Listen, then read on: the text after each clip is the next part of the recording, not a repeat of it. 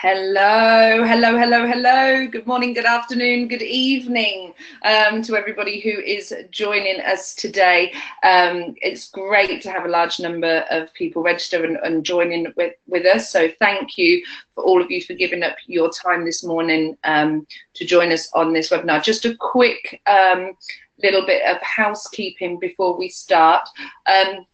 Can you all hear me clearly, and can you see my screen? If you can just type in the chat box just to let us know that sound and vision is running smoothly. All good, perfect, lovely. Thank you very, very much. You will be muted during this session, so you can see the screen, can't you? I'm just checking that I'm not showing the screen. I have done that before in the past, which is always quite funny. So you will be on mute during the session so that Luan can share his amazing story. Do, by all means, type in any questions that you have, and then we are allowing time to go through these. Brilliant. We are allowing time to go through these at the end. And everybody who has registered for today's session, whether you've attended or whether you people who haven't attended won't be able to hear this message, so I'll hear it on the recording. But everybody who's registered and all attendees will receive a recording of this session. So without further ado, I'm really, really excited to introduce. I love doing these webinar series because I always end up just having a great chat with my mate. And today, my mate who is going to share his story with you is the amazing Luan van Rijn of Calypso Accounting, based in Centurion, South Africa. And we've been working together now for just under 2 years. Inspirational man and all-round great friend and everything. So without further ado, let me introduce you to the man himself. Luan, hi, morning. Morning. How are you? Debbie, morning, how are you? I'm really, really good, thank you. Don't blush when I give this little biography about you and your business. I'm But just blushing already, so that sets the tone for a great session. So just a little bit of background on Luan, and we probably you've gotten a little bit of our relationship here, so there probably will be giggles and everything like that as we go through, which is always good. Business is personal and fun. So Luan set up accounting back on message. We always go off piece. Luan set up Calypso Accounting, like a lot of you probably, as a traditional accounting firm. So it was founded back in 2007. Luan's background was actually in audit business development.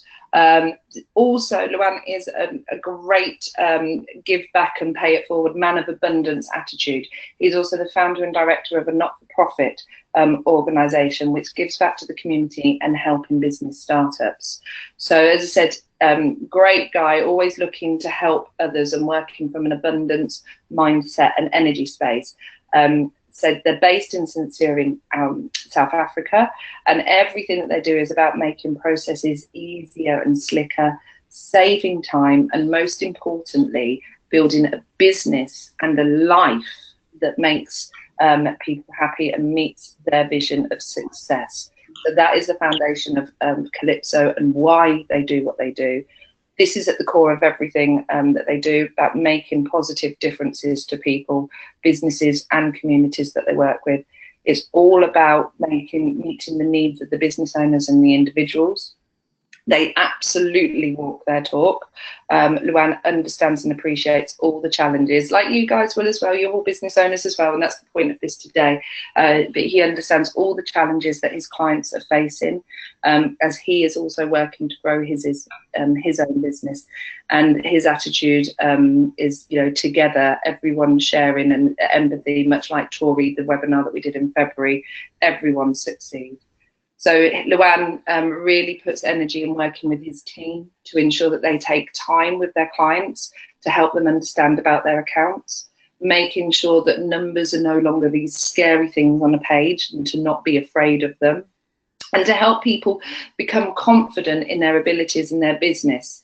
So it's always fun. It's always an enjoyable experience. It's always inspiring. I'm fortunate that I get to speak to Luan once a month as a partner at Spotlight. So if he was my accountant, knowing the inspiration of what we work together once a month talking about what he's looking to do. I can just imagine the conversations that he has with his clients. So you're all in for a great session this morning. Luann, thank you for giving your time this morning. As I said, we've had lots of people interested in hearing your stories. So are you ready to get into it and share? Thank you. Cool, thank you. So as we said, you're and I hope you're not too embarrassed about that, but No, look, anyway. I mean, it's weird to hear somebody speak about yourself to that extent. So thank you for the kind words. That's put me on a little bit of a spot. I'm afraid. You've got to live up to my image of you now. That's it. No, you will. Let's try not to disappoint then. No, you won't. You won't at all. It's all true. Your story is amazing, and what you do is amazing. So as we said, background audits. You know, not the normal background of coming into advisory and everything like that. So what was it that inspired you to move into practice and away from the audits and the compliance into a more stronger advisory and business development kind of role? There was a few things, Debbie. So I started out in accounting, but the transactional part of our business didn't interest me so much as what happened behind the scenes between the partners and the business owners themselves. And I think business owners at that stage in the accounting industry faced a lot of these fears and challenges without sufficient guidance and support. So midway through my articles, I pivoted to an auditing firm and specialized in audits, stayed on as an audit manager. And at that stage, I had a lot more conversations with the business owners themselves and around the challenges they faced each day. So, you know, at the end of the day, I came to realize business owners need a lot more guidance and support from us as an accounting fraternity than simply just meeting with them once a year to do their annual accounts. And that pretty much paved the way for where we are today. You know, 10 years later, it's the mandate according to which we service our clients is that regular monthly interaction and try and help on a proactive basis wherever we can. Yeah, definitely. And so that was, I know you said there was like a back in the time there was an article that was published that was speaking about the role of the future accountant. So the way you were thinking and the way that you were also feeling and experiencing the shift. Yeah, talk about stars aligning at that stage. It was probably one of the most opportune articles I ever read because it coincided with me considering whether I should stay on in the audit practice or maybe, you know, endeavor on my own. And the article that or during that time read specifically about the future of the accounting fraternity, but also more importantly, the role that we would have to play when we look after our clients, you know, and it spoke about quite a big mental shift that we all at that stage would have to make.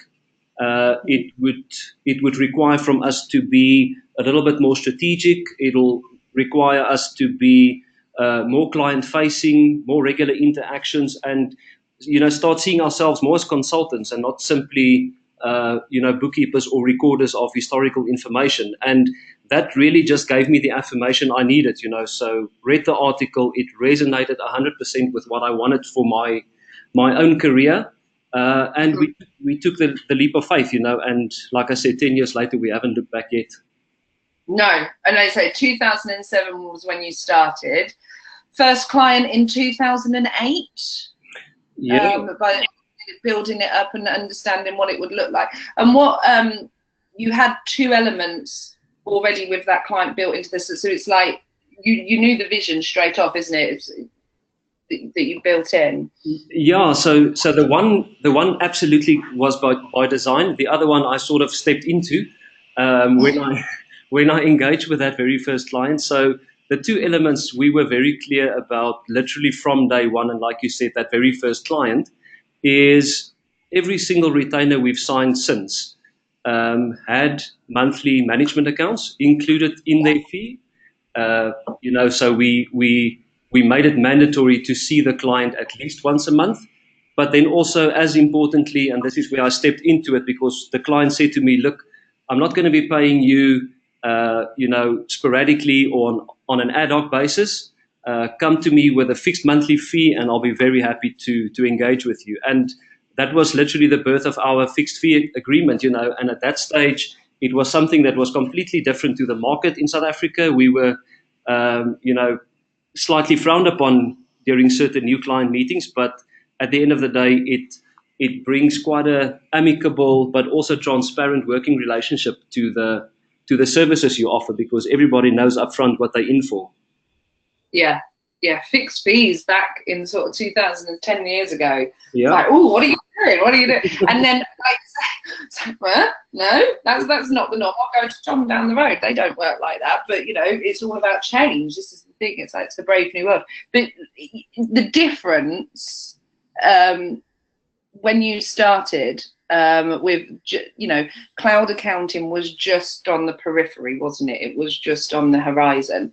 So how over the 10 years in doing these monthly meetings and working with the clients on the retainer fees and having those monthly management reports is the difference and the shift in how you delivered that information? Is it still is it a distant memory, or is it still very clear in your mind of how you used to work and the shifts that you've made in relatively a short time, really?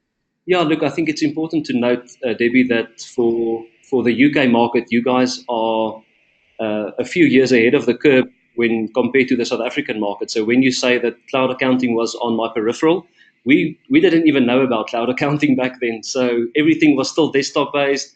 It was manual. It was paper. It was absolute chaos. To be honest with you, now looking back, it was not the most pleasurable time to be servicing accounting clients. But over time, as we became aware of the fact that look, there's more efficient and better ways of doing this, we were always quite forward thinking as an organization from day one, and it made sense for us to grab that with both hands and just make the best of it. So I'd say probably the way that we're delivering on advisory services today has changed because we swapped out the tools for some new sexy slick ones, but the essence of what we deliver to clients hasn't changed a lot, So we still see our clients each month. We now just collaborate so much more to make things a lot more efficient. Yeah, definitely. The heart of you is still there. Absolutely. It's just the tools that you're doing. And it was about 4 years ago, would you say, you fully migrated over to the cloud? Yeah. So October 2015 was quite a big month for us because I saw a LinkedIn article. I was in my home study the morning prepping for the day, and I was just trawling a few articles that popped up on my newsfeed that morning. And there was a UK accounting firm sharing their experience of being fully cloud-based and all the efficiencies they've gained. And as I was reading this article, I still recall the feeling in my tummy. I got all excited and I thought to myself, you know what? I knew there was a better way of doing this. I just never knew how am I going to deliver on it. And that morning, it was a Monday morning, as I walked into the boardroom for our weekly planning meeting, I just said to the staff, look, this is what's going to happen. I don't know how we're going to do it, but this is what we're going to do. And everybody got all freaked out and sat there with their big eyes looking at me. What are you talking about? Because you can imagine us accountants don't like change that much. So everybody got completely freaked out. But over time, we got everybody on board. And geez, because we made a lot of mistakes. But in hindsight, I don't think we could have done this any other way. No, I'd love to have been a fly on the wall when you walk in. Is that you read the moment that you had in private, and then you go out and you share it with your clients. So we've sort of touched onto this. This is so just thinking about when you walked in and you said to your guys, it's cloud accounting. And they're like, oh, Luan, he's had a whiskey. He's don't drink in the morning, Luan, and come in and say these words. So when you sort of, how did you could see the vision, you come in and see your team and they're all wide-eyed and running for the hills.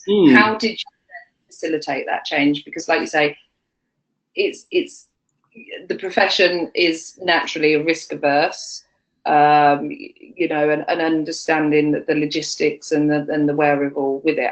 How did you make those changes? Oh, well, I think this is where all the mistakes are now going to be coming back to my memory at a rapid pace. So, I might get a little bit hot in my seat as I recall all those sessions, because some of them were actually some bad experiences, and we think about them now a few years later, and we think to ourselves, geez, our poor clients at that stage must have thought, what are these guys doing? They lost the plot completely. So how did we approach it? Like I do most things in my life, I rip it out and I plug something new in, and I expect it to work from day one, which is completely counterintuitive. I know. It's just unfortunately the way I'm put together. So we've pissed off a few clients, to be honest with you, because we spoke the wrong language. We approached the way that we delivered our services completely differently than what we did a month ago when we still had all our desktop software. So we lost our identity, and at some stage I mentioned to you, now looking back at that period of time, I think we had a little bit of an identity crisis, and I think anybody with teenagers might even, resonate with that, where you're going through all of these changes, but you're not 100% sure what to make of them, and you're rebellious and you get frustrated because why don't the people around you get you, and that's what we experienced. The reality was we mistook the tool that we ultimately adopted as our new tool of choice. We actually mistook that as our new identity. So I think a lot of cloud accounting firms or firms making that transition are stepping into that trap. You think the fact that you're now cloud-based and that you're offering all these cloud services, all of a sudden makes you a superstar, and everybody should literally just knock down your door to become your client. But the reality is that that's not why they came to us in the first place. They never came to us for a desktop tool that we used behind the scenes. They came to us because we set ourselves apart. We did the management accounts and those monthly strategy sessions with them, helping them grow their businesses, and that's why we grew.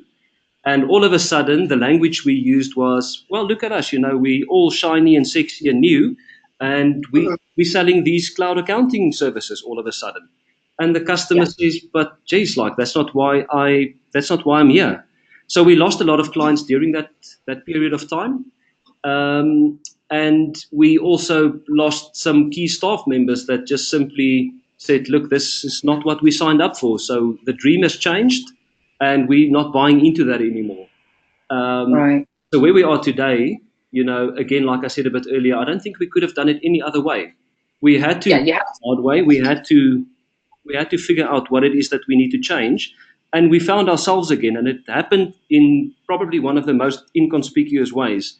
I was literally cleaning out cupboards, and I came across some old management accounts that we did with the old desktop software. And the minute I pulled that file out, I got a warm, fuzzy feeling in my tummy again for the first time in a long, long while. And I realized, wow, this is our identity. It's been in the cupboard. It's full of dust. We better get this thing dusted off and get that back into the market, And we immediately changed our language and started speaking to clients again on a similar way, or in a similar way rather. And immediately we picked up where we left off, So that's probably 18 to 20 months ago, and it's been a phenomenal journey for us since. So having an identity and sticking to it and being true to it is absolutely critical.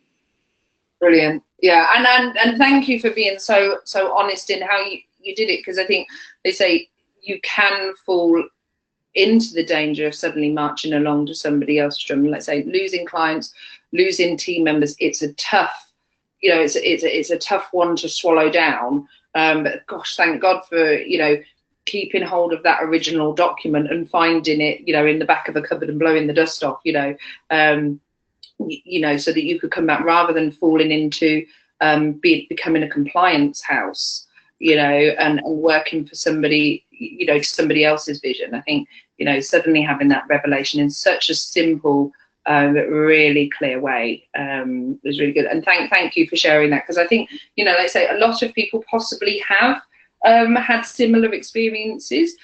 As you're trying to implement the new systems, and the systems and then processes that you are rolling out, through all the accounting firms. There's always something new to roll out. There's always a new challenge that will be brought in by the legal bodies that we all have to answer to and things like that.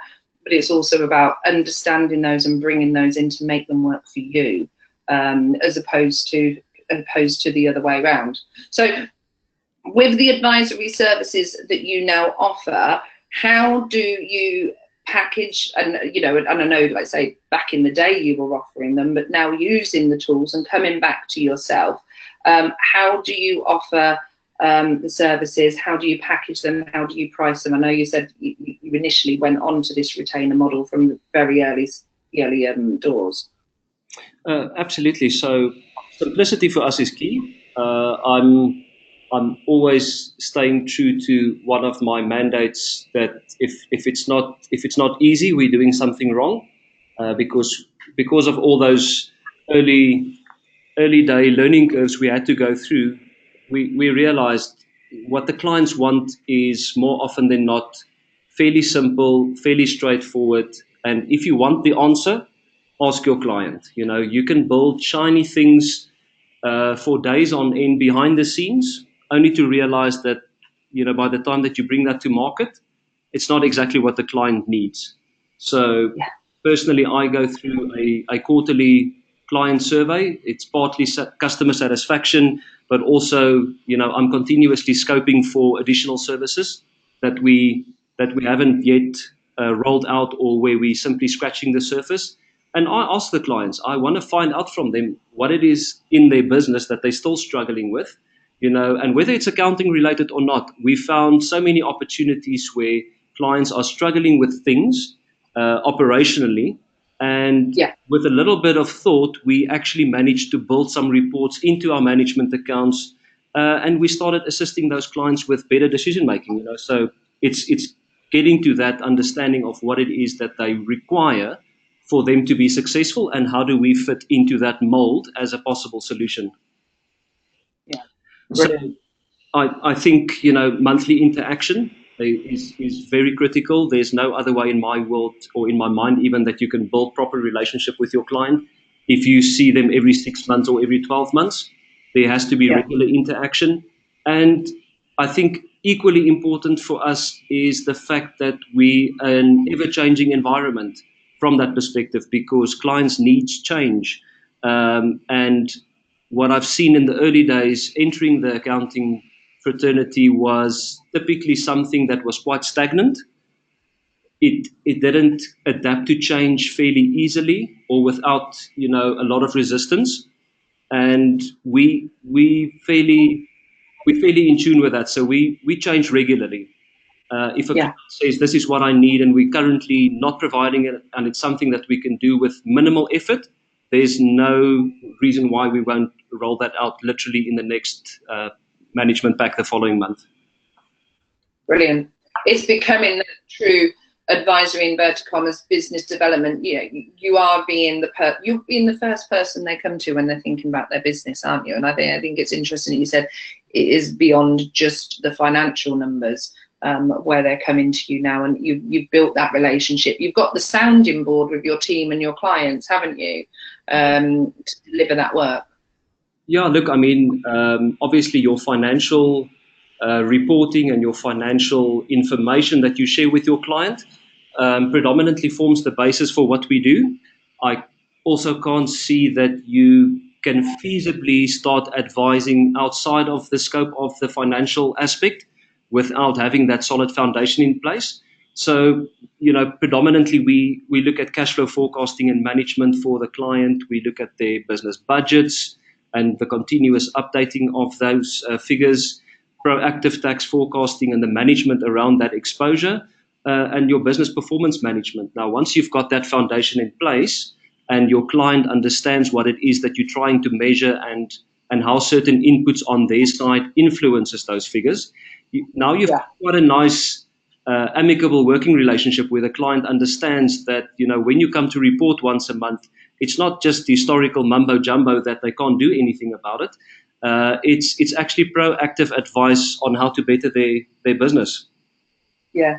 Do your clients come to you sometimes? I imagine I would do this if I was your client. Do they come to you sometimes like really excited, like they've done their homework and they're like, wow, look, we've done it. You told us to go away and look at this. Here we go. Or, when they can see, have you, the shift in the first couple of meetings when you're educating them about what it is you want to look to. So say maybe when they're at month 6 or 7 or 8, when they're actually really, like you said, that they're inputting some data, they're giving you that information to build it out. How does that shift and change? Do you feel it? Do they come in excited? And it's something that I equally enjoy, Debbie. There's a few wow moments in our industry, and one of the big wows for me is, like you said, when the client walks into your office, you can see their eyes have got some energy. It's all switched on, and they've literally lit up from the inside out. There's a lot of empowerment that I think happens once a client actually understands what it is that makes their business tick, because they ultimately talk business language and we speak accounting and finance. And there's a very important job that we facilitate, and it's the translation of the financial and accounting and tax jargon, if I can call it that, into layman's terms that the client can actually understand on the other side. Because once he understands it, that's when the magic happens. That's when they go back to their offices. They spend days on workshops, and they've got these indabas that they run internally, and they come back with a working product, whether it's draft level or very close to final, doesn't really matter. But that's the energy that you want to unlock. And we get that from our clients, which is absolutely amazing to see. So, internally, the ladies in my office knows I often speak about data, sitting in some other analog system, and then you've got the live data that sits in cloud platforms. Now, the minute that you get your clients to that point where they have access to the live data, and we all start, working the numbers and arriving at pictures that make sense and that gets them motivated. Wow, that's such a beautiful place to be, and to get your client there adds such tremendous value, because you've just proven to them that accounting shouldn't be a scary place. Accountants shouldn't be scary people. We're actually quite approachable, but it's the language barrier. And once you take that off the table, it's a beautiful relationship that's about to start. Yeah. And it's when you see the client that you touched on a couple of words there as well. It's about empowering them, but also the joy when you're in a meeting and you see the opportunity, when you see that they see the opportunity that they can create. I think oftentimes you think about these conversations potentially being in the, oh, look, we're here, what are we going to do to fix this? What are we going to do to fix this? But sometimes people can be in this space where, because they haven't got a handle on it, they don't actually realize where the opportunities are, because they're not really like, say, the real time and everything like that. So when you're seeing that this is the opportunity that's presenting itself, we're not always fixing, it's like, crikey, this is growing without you even realizing it. Now let's harvest and harness it and build it into something amazing for you. I just think it is a wonderful opportunity that you guys have at your fingertips in how you work with your clients and the differences that you can make. I love what you guys do. I frequently talk about the difference accountants have made in my life when my dad had his own business. So it's brilliant. You keeping on time, because I'm conscious of time as well. Me and Luann will go off piste quite easily. Everybody who's listening to this, if we don't ourselves. But you said, like, you are, you've moved into a much more proactive, and the consultancy of how do you go through with every client, and you sort of touched on it a little bit here, but how do you, in the boutique consultancy scope, to identify the actual needs with your clients? It's a peculiar one to answer outright, because I don't think that there is an absolute answer or a perfect approach. I think we start with a nice framework. So we've got a clear-cut framework from which we would start as a bare minimum when we engage a prospective client, and that always pivots around compliance first and foremost. I don't believe that anybody can offer true advisory services without the compliance being ticked off fully and being managed accordingly. So we'll start with compliance first and foremost, and we'll start bolting on the value added and advisory services as time progresses. The bare minimum that a prospective client will start with our firm from day one, I'd say, is compliance, management accounts, and that monthly strategy session that we run with them. And the reason why we start there as a bare minimum is we want to slowly but surely introduce them, but also hold their hands while we are busy with this transition of your previous accountant might have asked you to submit documents, every second month or every quarter, and that meant you only spoke to them every 3 or 4 months. And we are going to do things slightly differently. So people are quite adverse to change, and we try and make that as easy as possible for them. So we don't bombard them with the Rolls Royce from day one. We'd much rather take a staggered approach to say, let's make sure that your compliance gets up to date or is being kept up to date. And let's slowly introduce you to what these advisory services are going to entail. And we start building rapport with them on a monthly basis, literally from day one. We get to know them on a personal basis. We understand what their key objectives are for their business, and we also start tapping into some personal goals. And that is where your advisory services that you can start pulling off the shelf as products, that's where you identify those solutions, but also the needs from the client side. So it's definitely a staggered approach. It's something that we keep building, and like I said a bit earlier as well, it changes the whole time. We've got clients that we've pretty much over the years fired ourselves because we've enabled them to do so much internally that we really only come in on a very, very high level as advisors. We're not involved in the compliance work or anything like that anymore. So you find that you add value to a certain point, and then it sort of stagnates, and then you just look for further efficiencies to start unlocking. Yeah. And also unlocking, I think that way that you're working as well, you touched on as well, it minimizes, it helps you monitor the scope creep, doesn't it? It's so you're making sure not only that your clients are happy, but also your team. Have they got enough bandwidth, energy, time to be servicing the clients to that level that you set out the relationship, and you set out how this works, and you're very gentle. And you've got a lot of emotional intelligence around how you bring it in for the clients, but also in doing that, it's not just helping them, but it's also helping the team to deliver on the service that you promote, and being true to your core values with it as well. Which is, you mentioned scope creep there, Debbie, and I think every accountant knows we're notorious for giving away free advice, and we're notorious for giving away free services.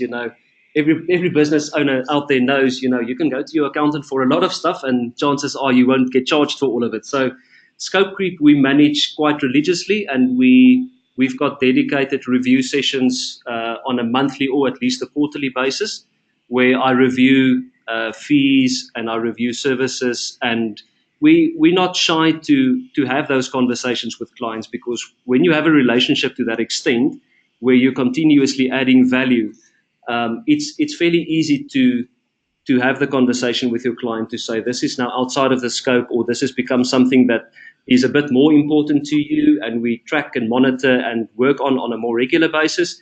And let's just make that part of your monthly retainer now, so that we've got visibility of it, and we can monitor the efficiency. So we ensure that we work as efficiently as possible internally, but also we assist with training and support to ensure that the client on their side works as efficiently as possible as well.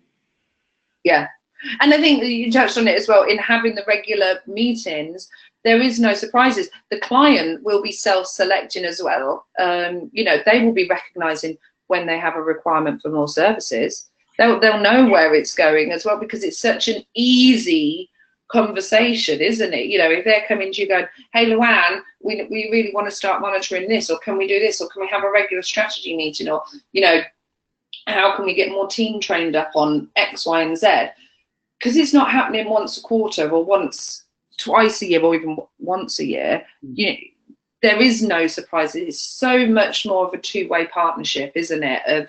Of the client's already agreed to, you know, the increase in the services and the fees that may come to it, because it's just this natural progression of growth, and they're at a level of comfort with it as well, aren't they?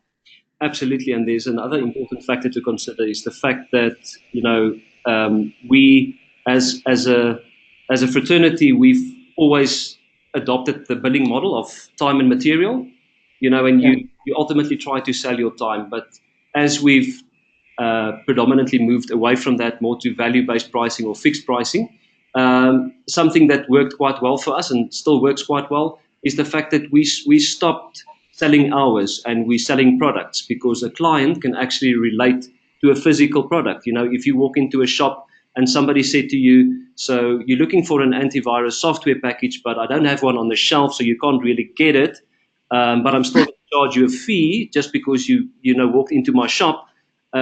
Geez, because that misses the mark completely. So everything in our office is packaged as a product and has proper onboarding associated and attached to that product. And you said a bit earlier that we're quite gentle. I think we can be a lot more gentle than the average accountant out there, because we absolutely pride ourselves on that onboarding process. You know, you set so much of the expectations for this journey with a prospective client right at the start of the engagement. If you can share with them the actual steps and the processes involved to move them from A to B in quite a nice, staggered, systematic, slow approach, they immediately lose a lot of that nervousness and anticipation of being challenged, and they immediately engage with you on a completely different level. Now the stage is obviously set to move them forward to these advisory services a lot more proactively. Yeah, brilliant. It's good. Oh, I've got to stay on this one. We've got to keep moving forward. We've got to keep moving. But it's gentle that they've such. So internal roadblocks, processes. Let's say, you know, what did you get nailed first? We've got a couple of, and we've talked about like the efficiencies in the onboarding process, and you have talked about the compliance. So if you can just go that into a little bit more detail around how you actually, you know, got them to a point of that you can rinse and repeat this so easily for your team and for your clients. I think from the previous conversation, we've now touched based on a few points that we've already brought into the conversation, Debbie. But what stands out for me was roadblocks predominantly happened from two aspects in our office. The first one was our staff got completely overwhelmed and spent a lot of additional hours working on clients. And when we reviewed the actual work in progress, we realized that, you know, it was completely outside of the scope. And we had to have the conversations with the clients. We had to get them back on board and streamline all of that. The second part was capacity constraints. You know, clients all of a sudden, because you're on a fixed fee arrangement, they figure that they can send a lot of other stuff your way that might actually bring your internal processes to a screeching halt. You know, and the poor staff, you know, when you walk in there in the mornings, they all like deer in the headlights, running for cover because they don't know what to start with and what to leave. That's where the onboarding process I just spoke of became so critical for us, is to establish the baseline, get the structure in there, and manage the expectations literally from day one. And we that's where we're not gentle anymore. So when we find that stuff moves outside of scope, or where clients' inefficiencies on their side are hampering our process and efficiencies, there's conversations to be had, and we help and assist as far as we can. You know, certain clients play a little bit hardball and they say, well, look, this is the way that we run our business. It's a take it or leave it situation. And I mean, you and I have spoken about this more than once. You can't change your whole organization to suit that one or two clients, whilst the other 98% of your client loves what you do and works with your systems and processes. You know, that's just so counterintuitive. So we we adopt quite a healthy churn rate. We get the unhealthy clients out each year. If we can't rehabilitate them and get them on board, we walk away, and we do that with a decent handshake, and we'll pass them on to one of our colleagues with whom they'll strike a chord. Yeah, definitely. And you use the template. I mean, so it's like, say, you can be the juiciest peach in the bowl. Not everyone likes peaches, and that's just the way of the world. But I think as well, you get your compliance efficiencies, you get the clients understanding the processes clearly communicated, saving time on, the clients are starting to tell you what they're looking for. So you can build those into the report templates so that time again is being saved each time. When the time that you're spending on the client is with the client, and I think you touched on that as well. When initially when you were going out and having these meetings, sometimes it would be missing the mark a little bit, and so getting the templates and everything like that, joining up the business lives and the personal lives and everything into the reports. It was a weird time for me in the beginning, Debbie, because it's something that when I ventured out on my own, I had no template to work from. I had no script of how to run these monthly strategy sessions. So I often recall, coming home and, I said to Melissa, look, I'm not too sure whether am I missing the mark here? Because, we spend half the session talking about personal stuff. Clients tell me about their kids and about, the stresses of life and stuff that at that stage I couldn't actually bring into the peripheral vision of what it is that in my mind I thought these monthly meetings should have entailed. And it caused me a lot of stress in the beginning, because we committed to those sessions. We helped them with the clients. The clients absolutely loved it. But I always felt that we're slightly missing the mark, and we should spend a lot more time on the financial aspects than on the personal aspects.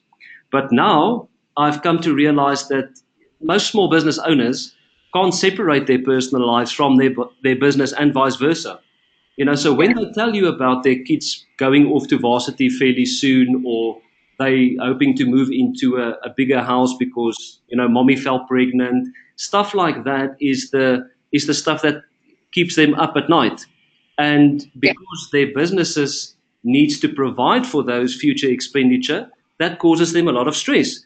So now we realize that we happily spend as much time on the personal stuff as needed, because it unlocks our other advisory services. It unlocks potential for us to build even greater relationships. And, I've got clients in my office now after 10 or 11 years that literally are still with us from day one. And it's not because we provide the best service out there.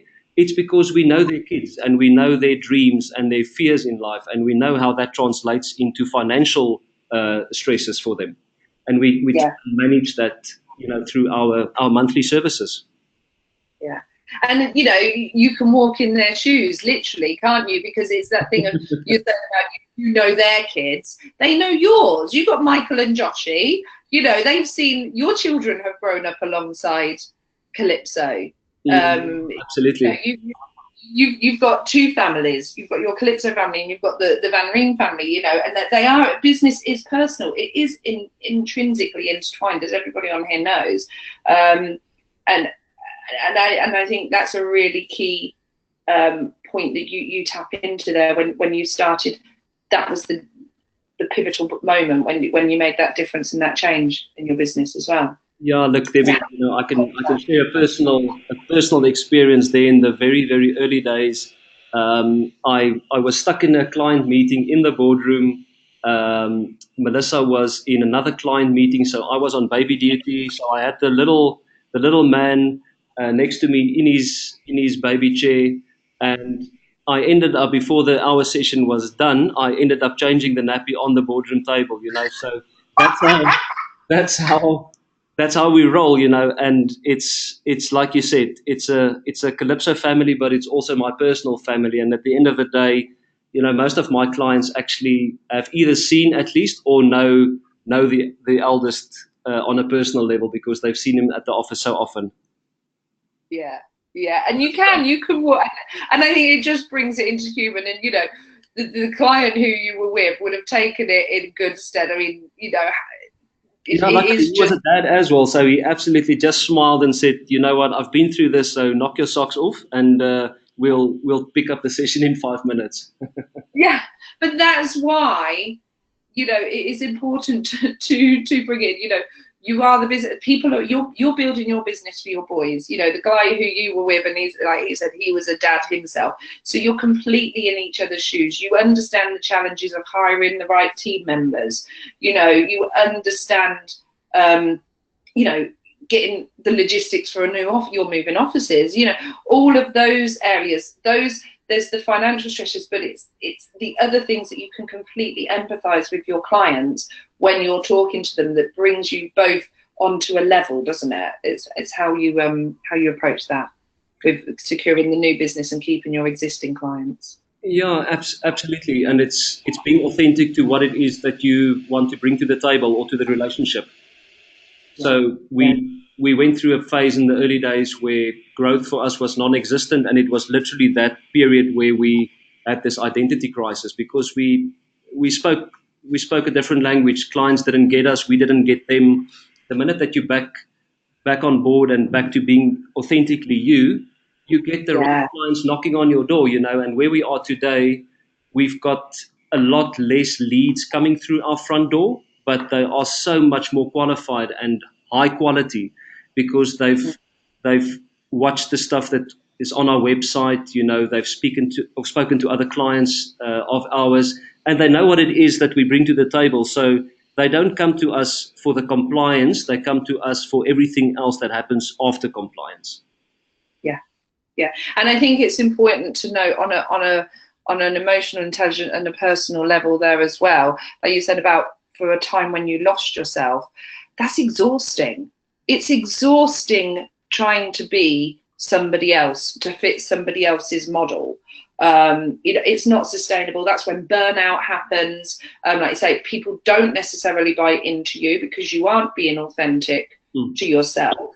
And I think this is a point that people really, really understand the value of being authentic to yourself and marching to your drum and getting that message out there, because the work that you will deliver will be greater. The teams that you attract will be greater. They will be comfortable in their space. The clients, people will be aligned in this way, and you won't hit that burnout. You won't hit that exhaustion level, and you'll continue to enjoy what you do and how you do it and the why behind what you do as well. And I think it is really, really vital.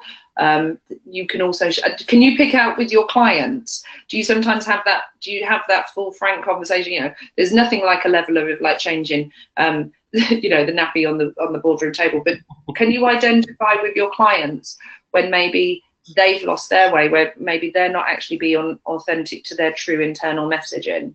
Yeah, Debbie, it's an easy trap to step into. When you speak about losing your identity, we are bombarded with so much information on social media and on other digital platforms. I can speak from personal experience that when we were misaligned with our identity and our identity centered in the tools that we used at that stage, every other week you came across a new accounting firm or an accounting firm overseas, and you looked at all the shiny things that was on their website, and you immediately thought to yourself, well, if they're doing it, that's what we should be doing.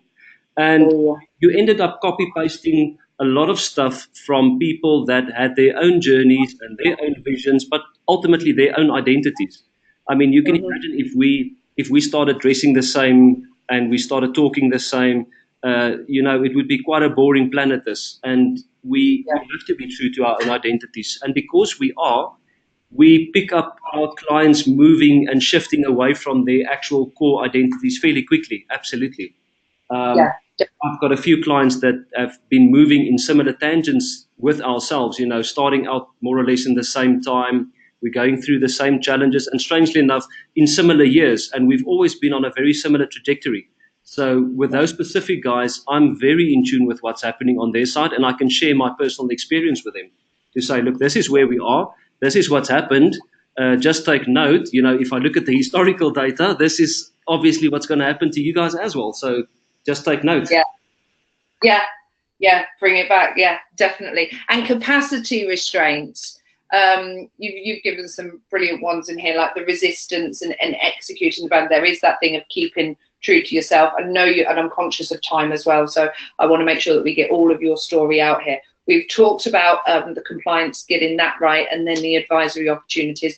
This was a brilliant one that I loved. Luann and I were having a good old natter before you guys joined us at 10:30 just to check the sound and the tech.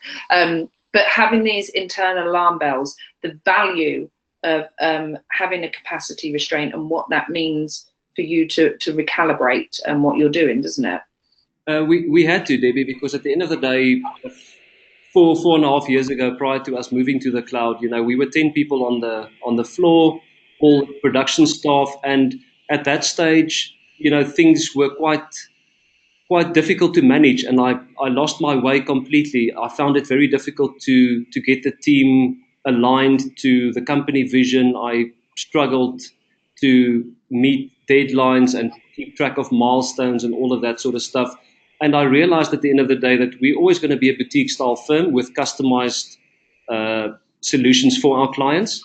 And what that meant was we honed in on the stuff that we're good at. And we said, this is what we're going to bring to the party, and we're going to set up our internal processes accordingly. And what that's done is it's enabled us to actually steer clear of a lot of the noise that customers tend to bring to conversations, and first and foremost deliver on what it is that we promised we are good at and what they came to us for in the first place. But then obviously also just leveraging every single piece of technology that we can find our hands or put our hands on. If it enables us to build better relationships with our clients, and if it enables us and the client to work more efficiently, it's something that will most definitely be switched on in our office. Yeah, perfect. And I think you actually relish it. It's good. It's now good to have them. You're aware of them because you're so in tune. You're aware of them, and they're not a negative experience anymore. I would imagine that sometimes you can actually see them coming over the hill. It's like, yeah, I can see where we're going here. Let's stop. Let's pause. Let's make sure we've got all the right stuff with us. It's strangely enough part of the reason why we started moving away from just selling services and rather try and productize all our services, because you are so close to the ground with your client. You are 100% right. You anticipate a lot of these things a long time before the client actually realizes they need it. And when the opportune time then arrives, it's fairly simple then to just simply bring your product with you and say, look, well, you're struggling with tax each year. It's because you're not proactively managing that, So here's this little shiny box with a nice little logo on it, and we can help you manage that more proactively. Let's see if that's something that you'll be interested in, or cash flow for that matter, So, and even just speaking about tech, timesheets and project management tools, giving them visibility on specific projects. I mean, there's so many tools out there that you can go to town with your client. Yeah, cool.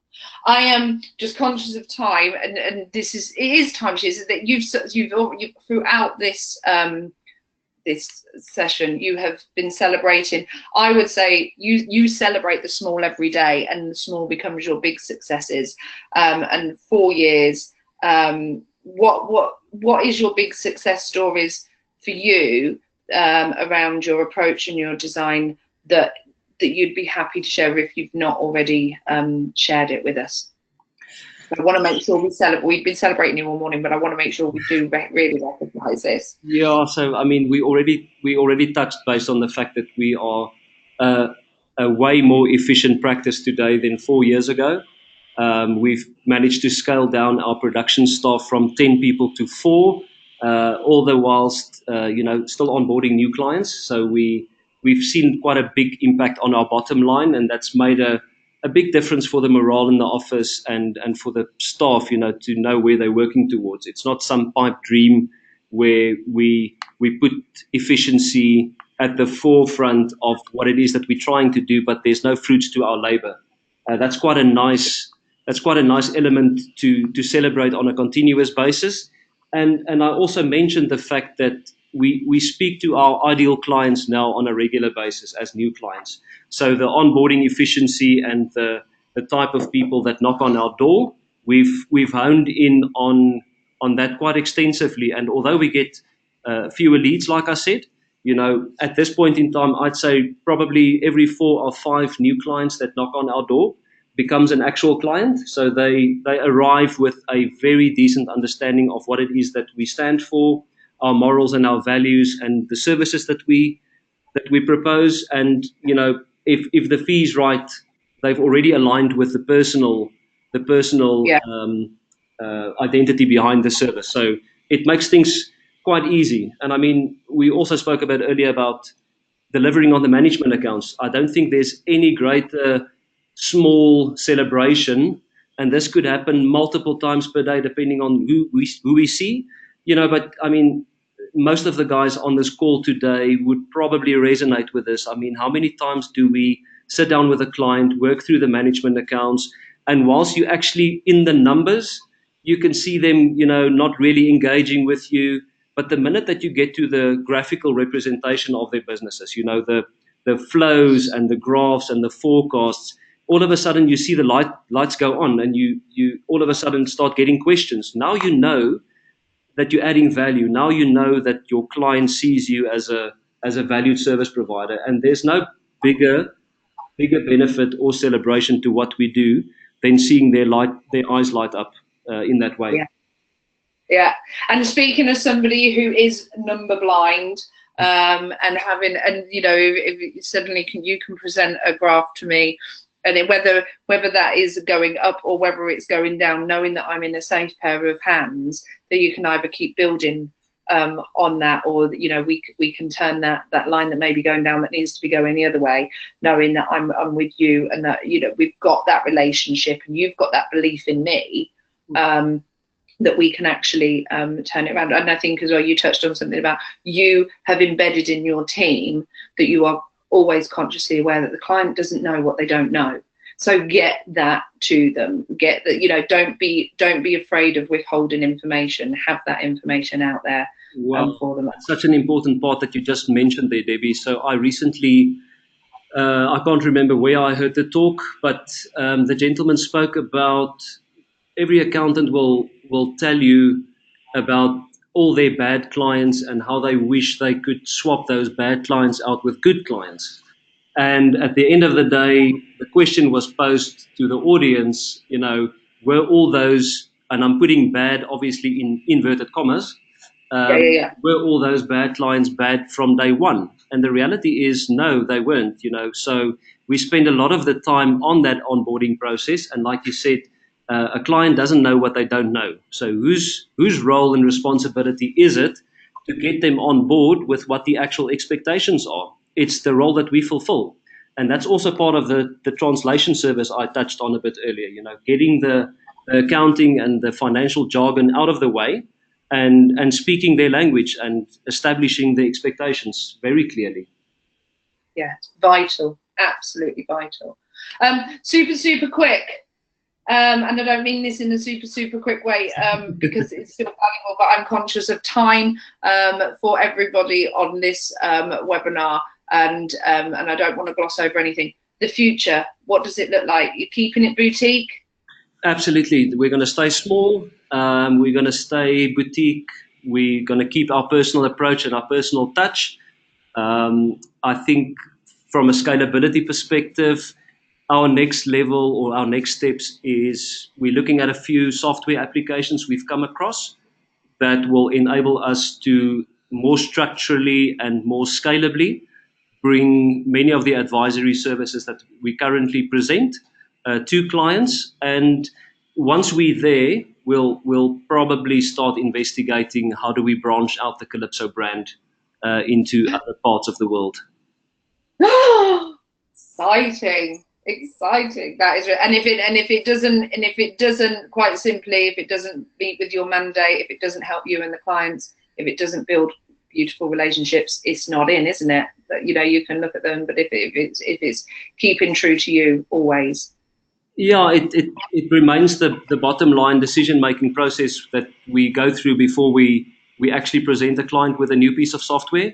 Like I said a bit earlier, if we can't build better relationships on the base of that and unlock that efficiency for both parties concerned, it's definitely not something that we'll further endeavor with. Yeah, cool. You have given so much advice and information and inspiration this morning. I knew it was going to be a belter, and I'm so chuffed on so many levels. Thank you so much. Parting advice on top of all of this other wonderful advice that you've given, that you can share with the accountants and the people listening today, and I'll be listening to the recording in the future. What parting shots have you got? Maybe the words, obviously, just do it, is fairly simple advice, and it's broken down obviously into a very elementary level, but it should really be as easy as that. Because I had a conversation with some colleagues a week or two ago, and we spoke about this whole transition from compliance into advisory services. I think the reality there is, it's not a question of how do you facilitate the transition. I think it's more a question around how do you monetize the advisory services that you already give to your clients, because we give it away for free as part of other services. So, your clients are already knocking on your door. They're already coming to you for advice. So there's no reason why you still need to go build the relationship as a trusted advisor. You already have that. Clients come to you and they already trust your advice. The big thing for us is we fear that we need to give up one thing to go into something else, i.e., I need to give up compliance, and I might have been doing this for the last 5 or 10 or 20 years, and I need to move away from that, which has been my bread and butter, and I now need to go acquire new skills to move into advisory. But these things are so closely intertwined that it's never the case. It's a question of how do you be very clear on what it is that you want to deliver in terms of advisory, engage your client on a compliance level, because that's where the relationship and the trust starts, and then simply monetizing and figuring out how to charge for those advisory services. I think that's short and sweet. Yeah, and there's two things, and thank you, and it is, you don't have to, there are some things that you will have to let go of, but there are still some things that are fundamental to doing it great. And there are two other things that I want to mention, because we talked about it before. We started chatting with you guys this morning, and if we don't mention them, I will be really disappointed in myself. We were talking about backing yourself. Luann and I were talking about this this morning before you guys joined. Backing up what Luann said about just do it. Back yourself. There will always be a voice in your head. There'll always be the angel and the demon, right there. What did we? I was calling mine like dangerous Debs. There's like dangerous Debs who'll always or doubting Debs who'll always click in, or like lazy or lousy Luann who will always give you a reason why you can't do something. Turn them off and start backing yourself a little bit more into achieving those. And the other one that we need to mention is, and Luann he's mentioned his lovely boys and his lovely wife Melissa, who I have had the fortune of meeting via a Zoom call when they were walking along a beach in South Africa the other week. I wasn't jealous, but they're pivotal. We already know what he did in one meeting, but you are showcasing with your boys that you can be a great inspiration to other people through helping them grow their businesses. But you're a family man first, and the time that you actually lock out in your business that is non-negotiable, and your clients know this, to have time with your boys each day. It's weird how we progress as business owners through time, Debbie, because in the beginning I actually felt quite ashamed to tell clients, what, I'm taking personal time to spend with my family or my boys, especially when it was in normal office hours, which at that stage was deemed to be normal office hours, between 8 and 5. But since my firstborn, and he's an absolute cricket fanatic, I'm very clear with clients, new ones and existing ones. You won't be able to reach me after 3 in the afternoon, because my cell phone is switched off and my email is shut down as well, because we're playing cricket in the garden. And that time, and it's a few precious hours each afternoon, you can't trade that for any amount of money in the world. Because, like you said, at the end of the day, you have to lead by example, and running a business and running a practice is hard work. It takes a lot of effort, but you want to show your family and your immediate family and friends even that it shouldn't be at the cost of something else. Yeah. It's something that has to make sense in your life, and it needs to fit in with everything else that you need to do. Yeah, definitely. And it's a beautiful message you're sending to your clients as well, that they don't have to be doing 24 hours a day, 7 days a week. You know, empower them to free up that time, and you know, spend the time with the important people as well. You know, because if you've grown that business but you've lost your family along the way, you know, what have you got? It would have been a message that you would have been sending to your clients, isn't it? Yeah, exactly. So, you know, build your business, guys, and help grow your clients, but you know, grow the family. And I think me and you have talked about how really, if you've got little ones, you only have 18 Christmases and 18 summers with them. You know, and when you bring it down like that, if you're going to do a little spotlight report on that, you know, you want to make the most of those. You want to be getting the biggest ROI on those, definitely. Thank you, Luann. Everybody who's on this, I apologise. We have gone over, so I'm not sure that we have got time for any questions, and there hasn't been any that have come up while we've been going. So I'm taking that as you've all actually been enthralled with Luann's story, as I have been. Luann, honestly, so apologies. If you have got any questions, do drop them through to me, Debbie at Spotlight Reporting, and I will get those emails. I'll get those queries over to Luann, and I know he'll be happy to reach out and build that community with you guys. If you want to know more about how we at Spotlight Reporting can help you and build the relationships and the friendships that I've got with Luann and other of our Spotlight partners, we've got regular webinars, so check out our resources pages. We will be at Accountex in May. We're going to be at the Xero Roadshows and all of the other cloud accounting events and things that are going on throughout the year. But it just takes me to say thank you, Luann. Thank you so much for sharing your story. You have a great story. You have achieved so much, and you're continuing to achieve really, really great things. So thank you for being willing to share your story with your fellow peers this morning, and I'm very grateful to know to work with you. Yeah, Debbie, it's a massive pleasure, and I would just like to give you a special shout out, because you've been on a personal level an integral part of our progress over the last 18 or so months in moving our advisory forward. So if anybody's doubting whether they need to get involved with partners such as Spotlight and get people like Debbie on board, they become mentors in your life and your business, and it's an awesome platform to soundboard some critical decisions you've got to be made with somebody on the other side that lives that on a daily basis. So thank you very much for that, Debbie. No, thank you. It's just collaboration. Anyway, we could have a love into this for forever. You've got to go and look after some of your clients. I've got to go and look after some of mine. Thank you for those kind words, and thank you again. And thank you guys for joining us this morning. Luann, have a great rest of your day and weekend, and love to the family and everybody else. Thank you guys. Take care. Lots of love. Take care. Bye-bye. Bye.